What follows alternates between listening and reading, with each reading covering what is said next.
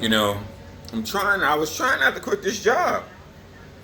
This job is BS, bro. The truck, I kept having truck problem after truck problem after truck problem. I woke up this morning, the truck wouldn't start. Wouldn't start at all. Now, you know about the death problem I've been having, a death problem. So, okay, I woke up this morning, truck wouldn't start like 5 o'clock this morning. The bad thing about with small companies that y'all need to not, when it's small companies, it's only one or two people. They don't got 24-hour dispatch. They don't got 24-hour maintenance like mega carriers got. It's some pros and cons with mega carriers. It's some pros and cons with both of them. But it all boils down to getting good equipment. That's where everything starts at. Getting good equipment. I got this truck. Where did I get this truck? Okay, I got this truck 2.5 days ago. I didn't realize that after driving it, that the def is really bad. So something's wrong with the def. You got to put way too much def in it. Like seriously, you got to put way too much def in it. And then trying to explain that to fucking foreigners, they don't understand, bro. Like this is just like they don't understand. Did you fill it out? No, nigga. I'm meaning for every 100 miles, it takes half the tank of the def. Do you not understand that? I'm not mechanically inclined, but I know the basic shit. Def can last me a long time. Half a tank of def can last me 4, 5, 600 miles. Can last me miles. But I woke up this morning. My truck wouldn't start. I text my manager at like 5 o'clock in the morning because you gotta text one guy. So that one guy gotta work every day, all day. Dude, that's not a good process. It's not a good process when you have truck problems. If I didn't have truck problems and everything went smoothly, great. But when you have truck problems, you waking up at 5 o'clock in the morning, the truck is ice cold, cold as hell. The AC stopped working, my phone charger. It is like a nightmare. It's like sleeping outside. It's cold as hell. So he sent somebody that text. I sent that text at 5 o'clock in the morning. He didn't respond to 8 o'clock. So he didn't respond to 3 hours later. And I called them, I texted them. None of them numbers, they didn't call me back to hours later. They didn't call me or text me back to 3 hours later. I'm sitting in that truck, cold as hell. It's miserable. I don't wish that on nobody. I don't wish that on my worst enemy. The wake up is cold. It's like I always got battery problems or heat problems in the dead of winter. When it's just sad and depressing. It is. To wake up cold as hell. Like, oh my God. And then you got no power. God, this has happened to me before. I think I was with a snow buddy. She was like, man, nobody shouldn't be in here. This is terrible. I'm like, dude, this is, I wouldn't wish this on nobody. Cold, is ice cold. This is cold. Like when it's cold outside, it's cold in the truck, you got no heat, and you sit there for hours, so it's just like an ice box. Miserable. I don't wish that on nobody, on my worst enemy. I don't wish that on nobody. That shit is terrible. Then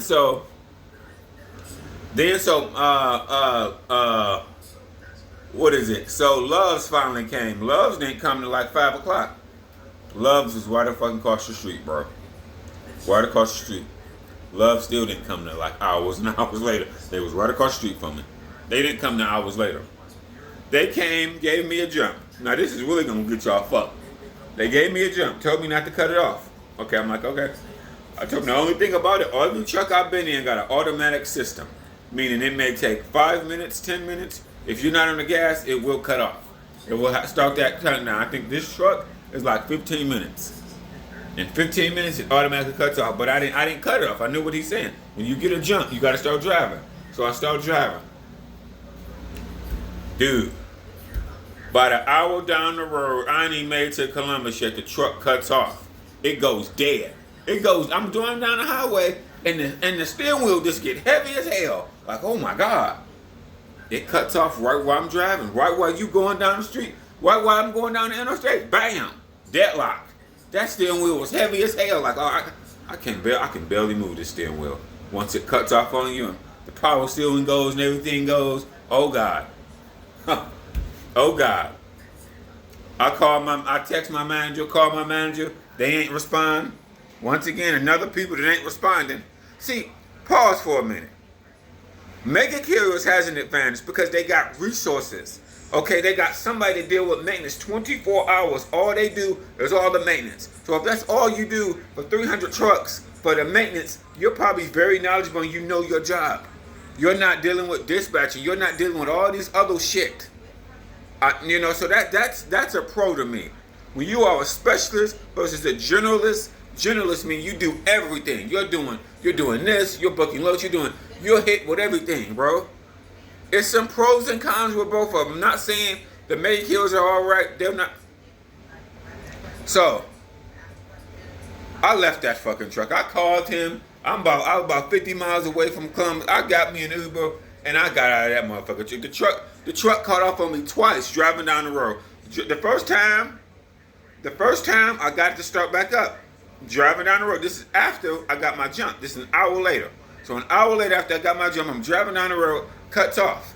Then it cuts off again. Then it make all these brr, brr, brr, like something broke. Something broke within the engine. Something broke within the engine and I'm driving down the highway. Something broke. Then I look under the truck and it's leaking. It kept saying low oil, low oil. It wasn't saying that before. Something broke as I was driving. Whoever worked on that truck, the engine don't look like other engines. So that must be how a rebuild looks. So I saw that engine. I've seen engines before. That engine looked different in that truck. I think that was a rebuild. I think it was. But I'm driving down, and the truck started making all these noises, banging and clanking and clanging and banging, and out of nowhere, it got no oil. So out of nowhere, it went to no oil. Out of nowhere, it just got no oil. And then it cuts off again for the final time, and I cannot get it to start. So I sit there for like 2 hours on the side. I sit there for like 2 hours on the side of the road. You know these bitches ain't calling me. They ain't calling me. I can't even deliver load one, bro. This is load one, mind you. I'm coming from Columbus, from Chicago area. It wasn't a straight shot, but anyway, basically from the Chicago area to the Columbus, Ohio area. In between now I stopped and picked up a load from, in Indiana, picked up the load. But I'm basically, that's just my route. From Columbus, Ohio, from Chicago, coming to Columbus, Ohio for my first delivery. I can't even make it to delivery number 1 for these bitches without the truck cutting off. I don't think this ever happened to me. Delivery number 1, I can't even make delivery number 1. I can't even make delivery. Nigga, I don't mean to cost companies money and do all this shit, but they was unprepared. They're sloppy number 1. This is why they're sloppy to me. Let me tell you why these motherfuckers are sloppy. They didn't have no straps to strap the load down that you're supposed to have when you got a dry van. Straps. They didn't have no motherfucking straps. Rondell, who only had 10 trucks, he had straps. The other nigga, the other guy, rather, the other guy, let me say that, the other guy that had about 10 trucks, he even had extra tires. When I need to go change the tire, he bought the tires. That nigga already had shit. You see them? At least these small niggas was prepared. This company rubbed me the wrong way. Because I had a truck with no bed in it, so I had to go buy a bed. I still ain't bought a bed. Oh, on top of that, when I woke up freezing, I'm sleeping on the whole thing, the whole plastic. I don't got a bed yet. I haven't bought one. I was supposed to be coming to Columbus to find a cheap bed. A cheapo bed, and to find straps. I was supposed to be coming to Columbus to find straps, cheap straps. Pause for a minute when it comes to supplies. Everything we buy from the truck stop, most of the time for our truck is more expensive than buying it from big retailers, okay? This is why all the mega carriers probably order straps and stuff like that on discount. They find somewhere that got cheap tires. When you buy in bulk, you usually can buy in discounts. These mega carriers know that, okay? These mega carriers know that. Any trucking company should know that, okay? Swift, JB Hunt, they all need tires, so they all need to keep about 40, 30 extra tires just on GP. Right? Right. Straps. All the mega carriers, most mega carriers I've been with had straps. That really made me mad that these motherfuckers did not have straps. Okay, I know that's small. Okay, I know that's small. They didn't have no motherfucking bed. I done been with mega carriers. They done brought beds out the closets. They done had beds, straps. Why y'all niggas don't got the basic? Then it really rubbed me the wrong way. I'm coming down the hall, the shit breaking. The death I'm looking like I ain't never seen a truck suck up this much death. There's something wrong. It is something wrong. I'm not a mechanically expert. I'm not mechanically inclined, and I don't know everything there is to know about a goddamn truck. I don't know everything to know about a car or a truck. But I can say, you know what? I've only drove a short of miles that suck up all this death. It's definitely something wrong with this death system. It's definitely something wrong with this death system. And then on top of that, it just cuts off. So that means it's something wrong with the engine. It's something wrong. That rebuilt engine, I don't know. That shit need to be looked at by the mechanic. I ain't even make it to stop one. It's like I'm cursed because this truck had, this load, 3 stops. 3 stops. This load had 3 stops, nigga. I'm just cursed. Columbus was stop number 1. You deliver in Columbus. That's where I live, Columbus, Ohio. Second stop was Georgia. I forgot where in Georgia. Third stop was Florida. 3 stops. Columbus is just like the halfway, because you know, from Columbus to Georgia, that's a hike. That's a whole hike. From Columbus to Columbus, Ohio to Florida. Whoo, that's like the halfway point. Maybe not even the halfway point. No. Because Georgia's pretty packed. Georgia's pretty long. Georgia's probably 300 miles in itself. Lengthwise, I'm educated guess, not for sure. Georgia, going through Georgia is probably like a 300 miles. Educated guess. I'm not for sure. I'm just taking an educated guess. I know how long it is. But, nigga, these bitches piss me off, bro. I swear to God. I ain't want to quit. I can't even deliver load number 1. It costs these niggas money. What? See, Rondell and other small niggas, they was in their trucks. This company seems sloppy as a motherfucker. If you are a carrier, whether you got 10, 20, 30 trucks, the number one thing is you got to make sure your truck can make you money. The truck is operable to make you money. I'm almost questioning who did the oil change on the thing, because the thing got a sign on the truck said it just got an oil change. To me, whoever does the oil change for these companies should be changing all the fluids. Maybe it's just me. I don't know. Y'all paying money for I don't know how much the oil change costs on these motherfucking trucks and trailers, but I'm sure they cost money. Okay, on these tractors, I'm sure they cost money. Probably $200-$300, right, for an oil change. I don't know. Whoever did that shit, they got a lemon. I'm sorry, this truck was a lemon. As I'm driving down the street, I'm just saying to myself, I feel like this truck is a lemon. And it proved my point. I didn't even make it to delivery number 1. Crack, crack, crack. I'm hearing the engine crack. I'm hearing shit crack as I'm driving down the street. Like something is fucking breaking, bro. When it finally cut off, and the side of that bitch caught, flames came on the side. But it got a sticker on it like it just got... I'll be forgetting, some people get that oil change, every 30,000 miles, right? 30 or 20? I thought that's when they get their oil change, 30 or 20,000 miles. So that sticker that was on there, like it just got an oil change, whoever worked on this car, whoever worked on this truck, this truck was a piece of shit. All the little, like I said, when I got the truck, all of the fluids was empty. Had to put. I don't think I ever picked up a truck from somebody and I had to put antifreeze in a bitch. That should have been number 1 problem right there. You had to put antifreeze in this motherfucker. I ain't the smartest motherfucker. I ain't the most mechanically inclined.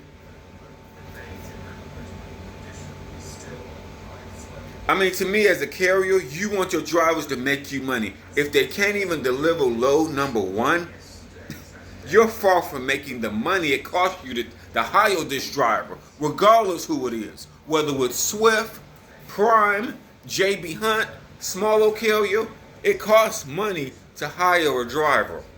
He can't even deliver load number 1 for your ass without calling you 2 times within 1 day on a breakdown. Nigga, who is responsible? These trucks need to be set up. I've been with mega carriers. Western Flyer Express, when I was with them, they had a fleet of trucks lined up ready to go. What is that? Hirschback, fleet of trucks lined up ready to go. You would actually sometimes when you got your truck, some mega carriers they would send you with the safety guy. You and the safety guy would go inspect your truck to make sure that shit was good. I've been with somebody, they had the fleet of trucks lined out ready to go. You ain't had these problems, motherfucker. They need to do business at scale. They need to do business at scale because they need to make thousands of dollars because trucking comes with a cost. Now you can make money, but it comes with a cost. Tows, straps, this shit that you need, tires. It comes with that cost. I don't mind being a number. We are a part of their scalability. They scale up with drivers like you and me. Okay? Drivers. They scale up. I don't mind being a number. I don't need a hug. I don't need you to ask how I'm doing every day. I don't need you to ask. I just need that motherfucker. The shit to be running. And this motherfucker talk about a refrigerator. One of the owners of the company talking about a refrigerator. I'm like, bitch. The refrigerator is the last thing I motherfucking care about. You don't got no straps. You don't got no fucking bed. And I just went to check it out. All the fluids was empty, so I had to go to the store and buy all the fluids. Pretty much. The windshield wiping fluid. Didn't have no fluid for that. Antifreeze fluid. And I think the antifreeze was even leaking. I can't prove the antifreeze was leaking yet because I wasn't on the truck that long. I can't prove it. But something, I one thing I do know that was leaking, I just don't know where. I need a specialist to look at that bitch, is the DEF. The DEF system was leaking. So if the DEF system is leaking, and the antifreeze is leaking, and the oil may be leaking too, you may have some major problems in that shit, bro. I ain't even gonna hold you. I can't even deliver load number one. I can't deliver one load, bro. I hate to keep calling, especially... The thing about when you call, you're not calling a 1-800 number for organization. You're calling at one of the owners. They'll hit with everything. This, that. They hit with 20 problems. Don't hate mega carriers. Go to the right account with JB Hunt, your life will be easy. Go to the right account with Swift, your life will be easy. And get a good truck. Now that's the one thing, remember, that we forget about that make these mega carriers, they're doing business at scale. So some people gonna end up with a fuck truck. The only thing about mega carriers, they got resources. They got resources that small companies don't got. They got shops, they may have trucks over this side. That's the only thing I think about when I think mega carriers. They may have a truck on this side of the country. They may have a truck on that side of the country. They may have a truck on this side of the country. They got resources everywhere. Small companies don't got resources like that. If they did, they wouldn't fly you out. If they did, they have put you in a truck already. Drive the truck to orientation, nigga. Drive the truck to orientation. We'll give you a couple hundred, We got a truck in your area, get in that area, we'll cash up you or send you $200 for fuel, put $200 in that bitch, and drive that bitch on orientation, nigga. Shit. That actually wouldn't be a bad idea. It depends. I guess this depends on, this depends. It just depends, in my opinion. This depends. Shit. But this company is a piece of shit. They are a piece of shit. I'm sorry, bro. It rubbed me the wrong way when they didn't have straps. Like I said, Rondell, the small guy, they only had 10 trucks. He had straps. Because he knew in his mind he needed straps. Hello. Who had extra tires? The other small guy. Even though when I first got his truck, they was bald, he had the tires already. So I remember complaining now them, I give all them credit. They was all small carriers, but they had the supplies. And we ain't go, shh, this bitch. I hate to do people dirty, but you what the fuck? What the fuck? Before you hire a driver, make sure your shit is ready to go. Make sure your shit is ready to go, motherfuckers. Goddamn, that pissed me off, man. So I quit that bitch. I ain't delivering not one motherfucking load. Unload one, like I said, it's disaster. I ain't never been with a truck that sucked up death like that. And then you gotta try to explain it to some fucking foreigners. Oh God. Well, fill up the death. Fill up. I don't. Even with the death fill up, bro. That may work. It may work, okay. But you still gotta fill it up. So, there's something wrong with that death system. Or something, definitely, it sucked up way too much motherfucking death. To go 50 miles and suck up, 100 miles, suck up a half a tank. I'm not a mechanically expert. I would have to talk to a diesel mechanic to hear his interpretation of what I'm going through. Somebody to understand how that death system works. Okay, because like I said, I'm not a expert.